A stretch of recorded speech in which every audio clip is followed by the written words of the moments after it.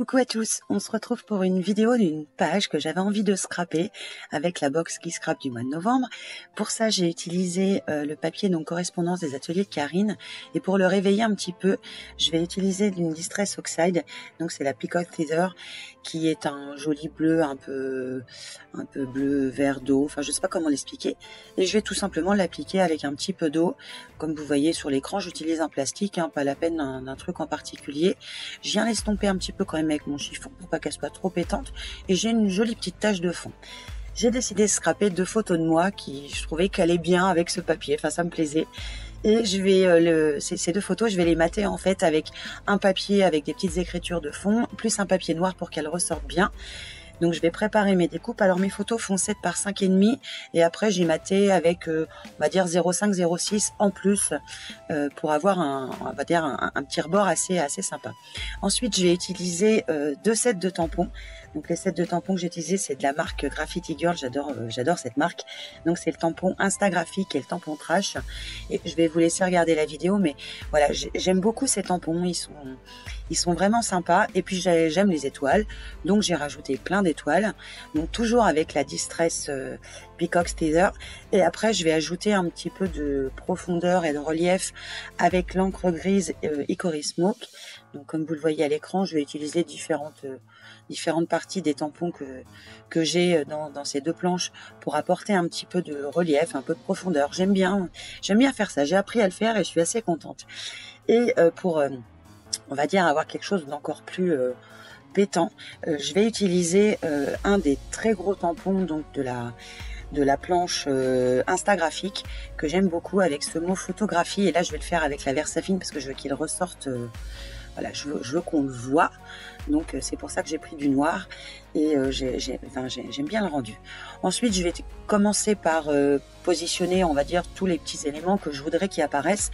Alors c'est quelque chose que je fais beaucoup quand je prépare, que ce soit une page, un album, peu importe. Je dispose comme ça quelques éléments, je prends une photo, comme ça j'ai une petite trame, une petite idée de ce que je voudrais, et après je travaille autour. Ensuite, je vais récupérer quelques petites découpes que j'ai fait avec les tampons de d'autres planches et je vais les coloriser toujours avec cette même encre Peacock Feather pour avoir un petit rappel de mon fond. Et puis c'est parti, je colle. Donc pour coller, je commence par coller mes fonds en noir et je les colle que dans le milieu en fait. Je mets de la colle que dans le milieu de mon noir.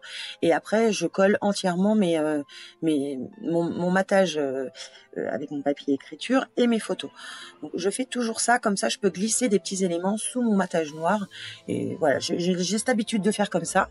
Et ensuite c'est parti, je colle tous mes petits éléments, mes petites découpes. Alors je voulais pas quelque chose de trop chargé parce que le papier est déjà bien présent, donc je voulais pas quelque chose de trop fort, mais je voulais quand même des petites choses. Donc je colle tout ça. Je le fais vraiment au fur et à mesure et sans trop me poser de questions. C'est quelque chose que je pourrais vous conseiller parce qu'au début je cherchais beaucoup à savoir qu'est-ce que j'allais mettre et où, etc. Et en fait je me suis rendu compte que plus on se posait de questions, plus c'était compliqué. Donc je me prends pas la tête, je dispose mes éléments, je les colle et après en fait l'inspiration vient au fur et à mesure que je positionne mes éléments. Donc je vais vous laisser regarder tranquillement la vidéo, mais voyez, je m'agace pas, je passe pas un temps fou, et c'est vraiment quelque chose que je peux vous conseiller. J'ai maté une étiquette, voilà, avec du papier noir pour qu'elle ressorte un petit peu plus. C'est quelque chose que vous pouvez faire aussi, ça peut donner du relief et de la profondeur à ce que vous voulez rajouter comme élément. Alors je peine quand même, voyez, à disposer cette étiquette, j'ai un doute. Ensuite, je vais rajouter d'autres étiquettes et cette fois, je vais les coller avec un petit peu de mousse 3D. Je trouvais que ça réveillait un petit peu, ça rehaussait ma page. Donc, je vais relier entre guillemets mes 2 photos avec une.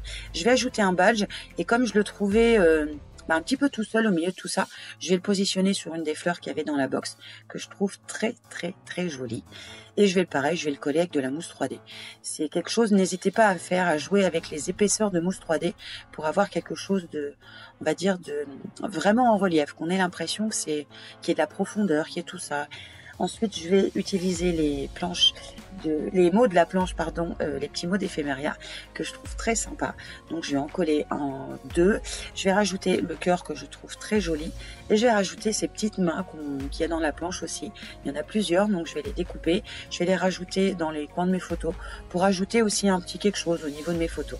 Après, ça c'est quelque chose de très personnel. Faut pas forcément suivre un tuto à la lettre, hein. Je vous l'ai déjà dit et je vous le redirai jamais assez. Je vais ajouter un petit peu de nouveau drop qui était aussi dans la box, que je trouve très joli.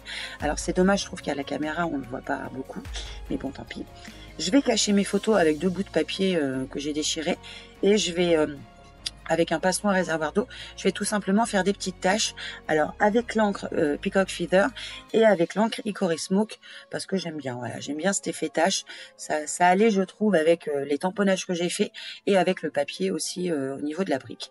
Donc une fois que c'est fini, j'enlève tout simplement mes petits papiers et ma page est terminée. Vous voyez, il n'y a rien d'extravagant. Une page, je trouve qu'elle se fait assez rapidement. Donc voilà ce que donne le résultat. J'espère que ce petit, entre guillemets, ce tuto, hein, parce que c'est pas forcément un vrai tuto, je trouve, mais voilà ce que ça donne quand je fais une page. Je vous fais évidemment plein de bisous et je vous dis à très vite pour une nouvelle vidéo. Ciao!